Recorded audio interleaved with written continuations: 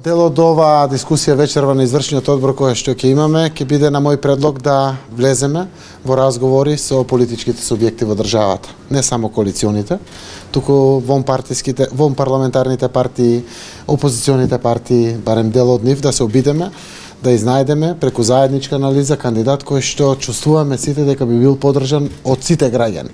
Кога зборам сите етнички заедници, сите социјални групи и така натаму, се работи за претседател на државата, тоа е првата функција во државата. Верувам дека имаме шанси да успееме. Во најмала рака нема да изгубиме ништо ако се обидеме. Може ќе успееме, може би не, но јас верувам дека треба да се обидеме да успееме, заради тоа што и концептот едно општество за сите го градиме преку многу алатки, една од алатките е токму таа, како се поставуваме према луѓето, према функциите или слично. Јас верувам дека политичките субјекти, пред се одговорноста на коалиционите политички субјекти треба да биде на повисоко ниво. Ако го тераме овој концепт, навистина да смогнеме сили, да собереме енергија кај сите нас, да застанеме зад кандидат, зад кој што граѓаните впрочем би застанале предимствено. Грција, да, официјално Република Северна Македонија. Ќе менувате ли вечерва табли, имајќи предвид дека веќе логата на собранието и на владата се сменети? Знаете дека пред неколку недели, односно 3 дена или 4 дена после гласањето на грчкиот парламент, ние донесовме условни заклучоци на владата за да влезат институциите во подготовка. Македонија има нов устав, уставот треба да го почитуваме, законот за ратификација на договорот од Преспа треба да го почитуваме и на крајот на денот треба да покажеме извршување на нашите дел од обврските кои што ги имаме земено со Преспанскиот договор. Јас верувам дека сите институции кои што се подготвени, нема која прва, која втора, треба да постапат и штом се подготвени тоа да го прават. Знам дека Министерството за внатрешни работи има сериозни обврски, голем дел се завршени. Ќе имаме печати на самите пасоши на излез према Грција, каде што ќе се номинира дека тоа е исправа во сопственост на Република Северна Македонија.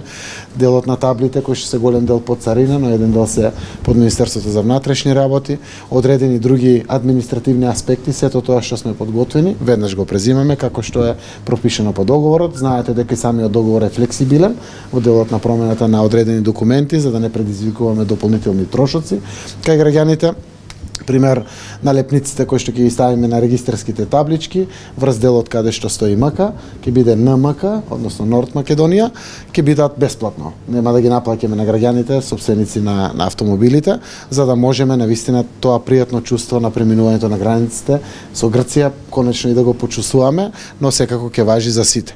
Го очекувам министерот Димитров да ги усогласи сите ноти кои што треба да ги испратиме до сите земји членки на Обединетите нации, кои што ни обврска од делот на договорот, генерално да се потврди личната карта на Македонија, сега на Северна Македонија, во Обединетите нации, тие се дел од врските кои што ги имаме во договорот со стапувањето на сила на уставот и уставните измени, и верувам дека имаме добро усогласени чекори заедно и со грчката страна, но пред се и со нашите институции за соодветно постапување согласно новите законски измени и согласно новите уставни промени. Премиере, отворите ли темата за промена на името на партијата вечерва и кои се предлозите во оваа насока? Договорот дава флексибилност, дури на непрофитните, недржавните институции, за активности кои што им се надвор од државата, ако се финансирани од буџетот, тогаш се употребува промена на име или во духот на Северна Македонија. Денеска ќе отвориме таа дебата, ние ќе го искористиме секако Конгресот, така да има убави креативни решенија. Никаде нема социјалдемократи од Норвешка, од Шведска или од Словенија или слично. Постојат неколку видови на решенија кои што секако се на можност да ги решаваме. Можеме да бидеме социјалдемократски сојуз. Од каде? Од Република Северна Македонија. Можеме да бидеме социјалдемократски сојуз од Северна Македонија, СДСМ. Можеме да останеме, ако сакаме да немаме меѓународни активности финансирани од државни пари. Партијата, како и сите политички партии, доминантно се финансира од буџетот. Секако еден поголем дел е од нашата чланарина, од донации, како што е пропишано по законот. Можеме јасно разграничување да направиме со книговодствената евиденција за тоа што е надвор од државата. Можеме да си останеме комплетно социјалдемократски сојуз на Македонија, тоа е регулирано во договорот, но секако верувам дека ние треба да бидеме пример. Денешната дискусија пред се ќе се води во делот на затварање на едно поглавје исто така како исполнување на стратешки агенди на Социјалдемократскиот сојуз како важен политички субјект во Република Македонија, отварање на едно ново поглавје, новата ера која што дефинираме пред нас и на тоа прашање гледаме пред секако на еден глобален аспект. Имаме уште едно прашање што не е поврзано со НАТО и промена на името, сепак луѓето чекаат да дојде живот во Северна Македонија, ама изгледа дојде само за вашите членови. Прашање е актуелно од НОИВ, ќе ви имам листа на ваши народни на членови на вашата партија кои што се вработени во државни институции, синот и братот на Мира Стојчевска, близок роднина на Љупчо Николовски, сестрата на Кирацовски, мајката на Костадин Костадинов, па на вашите коалициони партнери, синот на керката на Тала Џафери, синот на Горан Мисовски, керката на Емилија Александрова, сопругата на Зечир Рамчилович, сестрата на Асаф Адеми, сестрата на Крешник Бектеши.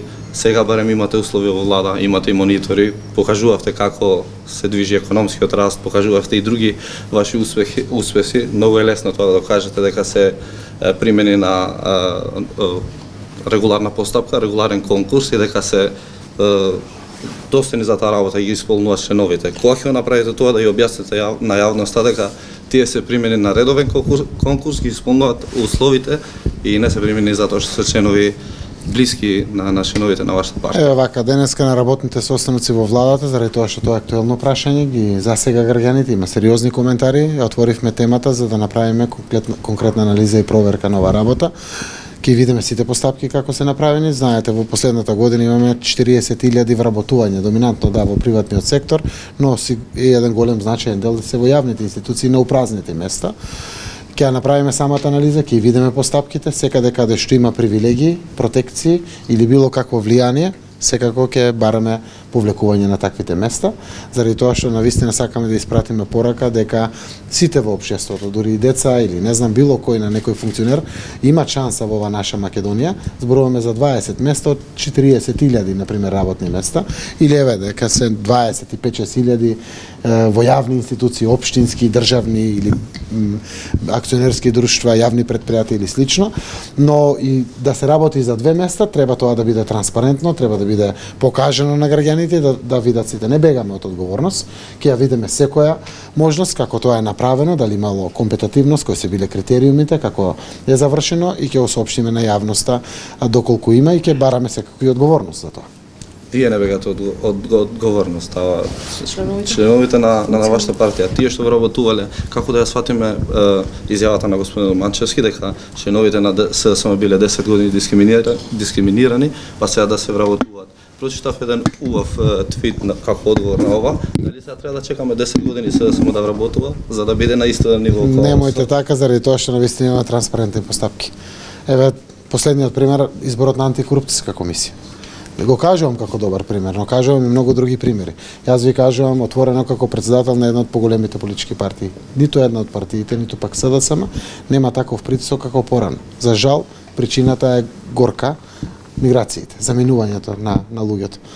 Се вработуваат граѓани кои што не се припадници на политички партии, рамноправно од етничките заедници, процентот е на застапеност на секаде зголемен и слично, но веројатно имаме и слабости при нашето функционирање, затоа реков и ќе побараме одговорности ако некаде е направено тоа на несоодветен, на незаконски начин, каде што секако секој треба да си ја понесе одговорноста. Не е само да се повлече или раскине договор ако било прекршено одредено законско правило за оваа работа, туку и тој што го прекршил и самиот закон опишува како тоа се одговара за таква работа. Ќе ги соопштиме сите податоци, дадов насоки на анализи да се извлечат од секоја поединечна институција, дел се државни, дел се општински институции, со општинските во духот на соработката ќе гледаме да ја добиеме информациите, но потврдувам дека јавноста и должиме на јавноста одговори по овие прашања.